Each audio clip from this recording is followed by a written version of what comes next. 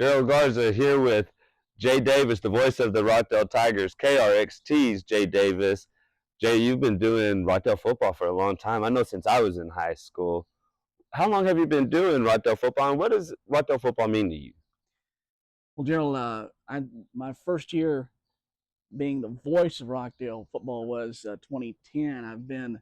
I was the color analyst before that, in beginning about mid 2006, Mm-hmm. working with Johnny McGregor. Yep. Then I took over as play-by-play in 2010. AJ Whiteside joined me as the color analyst, and it's I guess the first thing that comes to mind is opportunity. This is something that I have dreamed of being, the voice of being a radio voice, Absolutely. since for many years, as long as I can remember back into my high school days, and having that opportunity is just really meant the world to me. How was it working with Charlie, and then how is it working with AJ? Charlie, and actually when you said that 2006 was my senior year, you were color commentating with them. How was that transition? How was it working with Charlie and AJ? AJ's really has a real bright side to him, and Charlie was such a great play-by-play guy. What did you like it better as a color commentator too? And just give me the insight of how it was working with both of those guys. Working with Charlie, he I guess you'd have to make note of his preparation. He's always had everything squared away as far as the lineups and who to watch for and things like that, and just having someone with his level of experience, years of experience covering Rockdale. Yeah. They started covering Rockdale in 1989, the first year of the Dang, station, man, that's and awesome. so and he was off and on as far as serving as the play-by-play guy there, but it's been he has that level of experience plus his years of experience in radio, so that was something to learn Yeah. from and absorb from, certainly.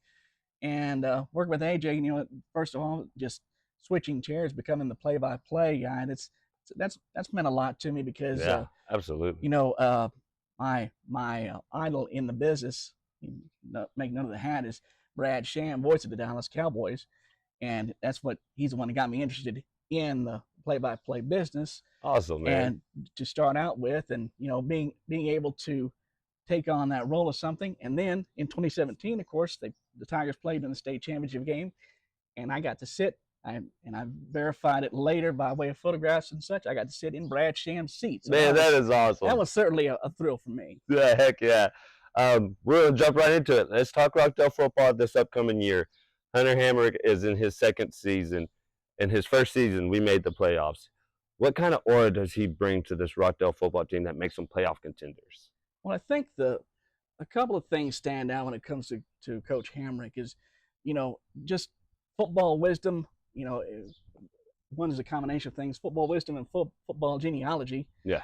Because he's a lifelong football guy. He played Mayor Hardin Baylor, and just he's kind of a student of the game. And of course, his dad was Coach Jerry Slugger Hamrick, who's legendary at Bremont for so many years, had so much success, and his grandfather was a longtime coach. And so there's kind of a family football genealogy there, but also with talking about like an aura, kind of the leadership that he brings to the Tiger football program, is that there's just kind of a sense. The thing that comes to mind is like common sense, just being wise about taking the kids through their paces and teaching them the schemes and such, and then knowing when to just ease off a little bit and let the kids kind of be kids and let them have some rest. That's we were just talking about that with Coach Hamrick as far as the summer goes and off season. He said it's kind of important to just there's so much placed on the kids from the start of school until the end, and then there's summer work and all that kind of stuff, which is important. Right. But it's also important to just ease up a little bit and let them be kids, and they can get their own individual workouts in. And so, just knowing that, just having that kind of common sense, I think really goes a long way for Coach Hamrick. Having that rest too, and letting them also build, just give them that time away to one, if they go take their own initiative, two, give them time to break, because recovery is huge whenever it comes to building alone. So that's awesome and great to hear. We have some great returners coming back. We have a 3-year letter. He'll be his 3rd year in DeAndre Stevens. He played as a freshman and a sophomore. You don't hear a lot about in Texas football. You don't hear about a lot of freshmen. Mostly when you get to 3, 4A, Yeah. 5A, 6A, you don't hear about a lot of freshmen starting on varsity, being that guy. DeAndre Stevens, that guy. Give me a little insight about calling his plays and some of your favorite times you remember about Dre. Well, I made some notes about some of the notable plays of this past season, and he stands out in several of them. And one is of course, they went over to Franklin, and you know he comes up. They it's one play is there. The Lions have a long breakaway touchdown, and I, I think he got the stop. Might have been him, might have been somebody else. But then the very next play, he comes up with an interception. Yep. They get the ball at their own 4-yard line. The next play, the Tigers go 96 yards in the air for a touchdown to close the gap. And you're talking and they about just keep on fighting, and he made the plays happen. Yeah, and that team. It went to state. That was Franklin. It went to the state finals, exactly.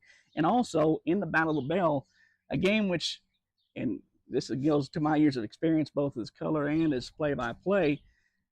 There's something about that game. Of course, it's it's the magical rivalry, and it's always packed, and all those that there's that sense about it, that magic about it. But also, in the past, there's so much tension in that game that sometimes I've seen the Tigers sometimes get kind of overwhelmed by that. Right. And so Coach Jeff Miller in his stint here, he was able to kind of turn that around a bit. And now we've seen the Tigers just come out and just fighting, and he was he was a big part of that when in the Battle of the Bell, the Yeoman try a reverse on the opening kickoff, they fumble it. Yeah. And DeAndre Stevens picks it up, the scores, takes it to the house. That the momentum in that game is huge. Right. And that play early on, I mean, that set the table. It was if you can get that jump, mostly in that rivalry, man, it don't matter who's what. Records don't count in that game. That's right. It don't matter who's what, and that game is always crazy. So to get that early pounce and jump, I mean, man, that's good. And that's the thing. Momentum in that game, especially for the Tigers, is really crucial. And he made the play to make that happen, get the early momentum. And that was really huge. Absolutely. DeAndre, I actually was watching his highlights right before I came up here. I saw that him high point that interception against Franklin. I did see him return that kick for the touchdown, that fumble. And so I really look forward to seeing him this upcoming year. You also have AJ Sandoval and Zacoby Anderson. Sandoval's on defense, the defensive line. I don't know if they play Zacoby at defensive line. I just know they have him listed at 6'1", 290. I was able to coach Zacoby and I coached Dre and AJ Sandoval whenever they were younger, right. And to see these kids grow. Talk to me about AJ Sandoval coming off the defensive line. I've seen him make some great plays, and I've watched Max Preps where I get a lot of my stuff. Tell me a little bit about AJ Sandoval and his burst off the end. Well, he's just just kind of a disruptive force, and especially in that 3-3 defensive look, having a really disruptive defensive end is really key. And he gets into the backfield and makes plays, and that's just really crucial for that defense. Yeah, him and another guy that really impressed me was Eric Shepard. I seen he had some really good receptions this year, some long balls that went for like 56 yards. With him and Dre on the edge, tell us a little bit on how Shepard complements Dre and how they help each other get open.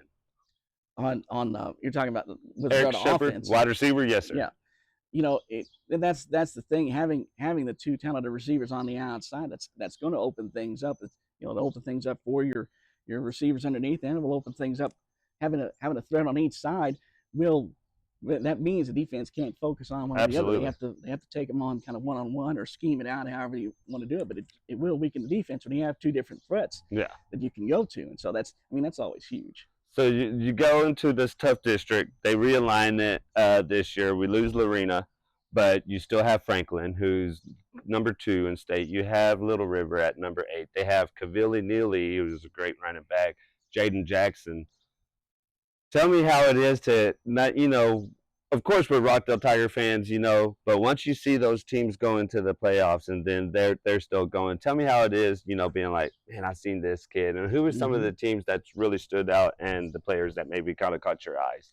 Well, I can tell you that just kind of generally watching when you see a team from your district just gonna go on and make a long run through the postseason, it means something because that makes your team and your district look good as well. Absolutely. At one point, of course, Franklin and Lorena were both the defending state champions, and so Yeah. you have to run that gauntlet. And so seeing those teams, make those runs like that, it really means something. It means that for the Tigers to get through that district and make the playoffs, it really says something about what they've done, what they've accomplished, especially in the first year under head coach Hunter Hammer. Absolutely. All right, last question. So I have my own. I do the broadcasting for Dove Valley, like we were talking about. I have my own little weird ritual before every game. Me and my guy, we always take the little 5-hour energy shots right before the game, and he makes sure he wears his socks every Friday. Do you have your own ritual before your game, or do you have something that you do every Friday that makes sure you bring your good luck, or however you want to say it? No, I don't have anything like that. I just try to just be as prepared as I can be, and I the way when you broadcast a game, especially when you're the voice of a team, your style of broadcasting is it's enthusiasm when your own team does well, and it's like, oh goodness, when things go badly. And so Absolutely. even if a fan out there is just kind of they might have the radio on in the background and they're doing something, they may be out at the fair or Right. something like that. They hear my voice go, "It's a big hole coming right." Yeah. Breaking away, touchdown. They hear that. What's Yep, going on? exactly.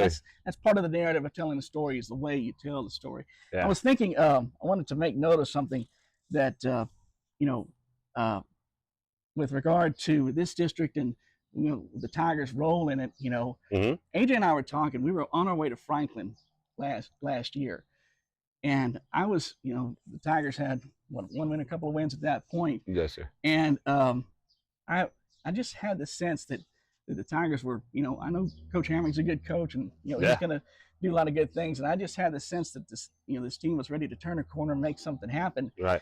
And one of the things in Rockdale lore, it was Coach Jeff Miller's second year, was when they went down to Liberty Hill. Mhm. They were the year after you graduated. Yeah. They went down to Liberty Hill. Liberty Hill's the defending state champion from '06.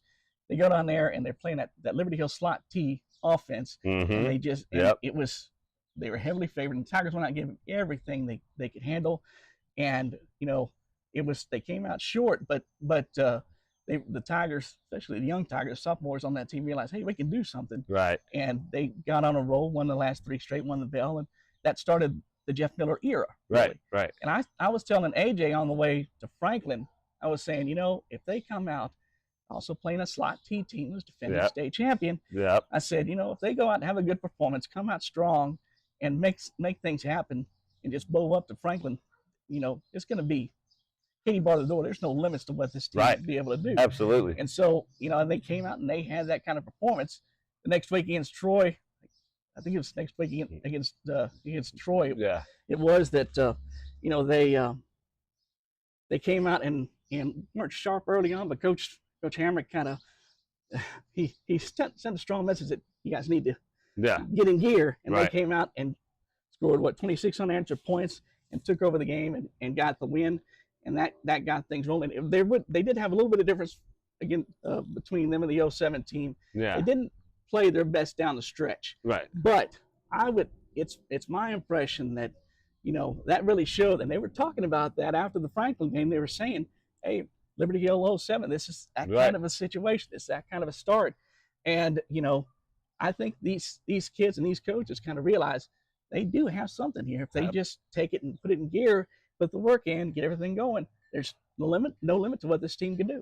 Absolutely. And that's the thing is, like I've always said, Rockdale is a team you can't ever count out. And I've been a part of Rockdale football. I've seen how Rockdale football is. And they're just like with Cameron, Cameron and Rockdale and just what they build. Like, it's just, if they're on your schedule, no matter what their record is, when they show up, it's a different ball game every single time. That's right. And this year, I think I had read somewhere where they were kind of counting them out, and I said, "You better hold on a second." I said, but I won't spill my beans yet. I have a final episode for that. But I tell you what, I don't think what they had said about what's supposed to happen to the Tigers this year. I have a really good feeling that's not what's going to happen with them.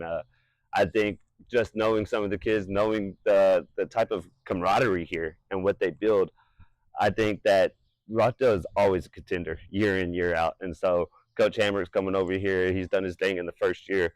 I really believe Rockdale football is going to be something special that we're going to be able to watch for years on out once again. So I believe that's true. I really think there's a lot of potential on this team, and Coach Hamrick is a young coach that's arguably on his way up. He's got the great coaching genes, and I think I really think I'm excited for this season. I think there's going to be a lot of reason to be excited following the Tigers this season. absolutely. Well, can't say no more than that. You heard it here first. I'm Gerald Garza. Jay Davis is KRXT's Jay Davis, the voice of the Rockdale Tigers. That's going to do it for us here at Rockdale Field. Catch us at the very end on episode 5. We'll have predictions of what this district's supposed to turn out to be like. Thank you, guys.